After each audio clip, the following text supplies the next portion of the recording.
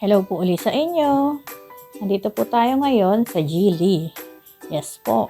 Re-release na po natin ang aming sasakyan. Yan. Yung pirma na po ang aking asawa. And then, ayan, i-explain na po sa amin kung paano gamitin. Ayan, madali lang din naman po. Halos same lang naman. Yan po. Listing na ng aking asawa. At maya-maya rin ay i-release na rin yan. Kami uuwi na. Konting explanation para hindi mahirapan. Yan si mother, pa-picture pa oh.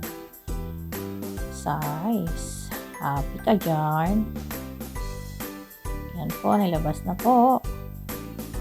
Yan na si dada namin. Yun, congrats. Thank you Lord sa blessing.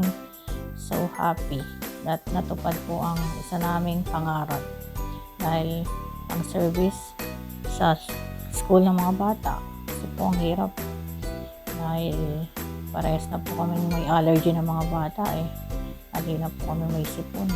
Ayan po, sama na po namin yung mga bata, simbuhan po muna namin sa Silahis, and then I'll try to drive. O diba, ang gaang lang i-drive, sarap i-drive kasi bago. Yan ang aking asawa, feeling vlogger din, no? Diba? Alam mo, sino, no? Yan, pinibideo niya ako.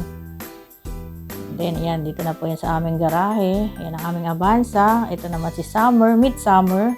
May our new car. And yun naman si Smashy, ang aming motor. Yes, we're so happy. Yan, picture muna po. Kasama talaga yan no? Pag kumuha ka ng sasakyan, i-picture ka sa susi. Thank you!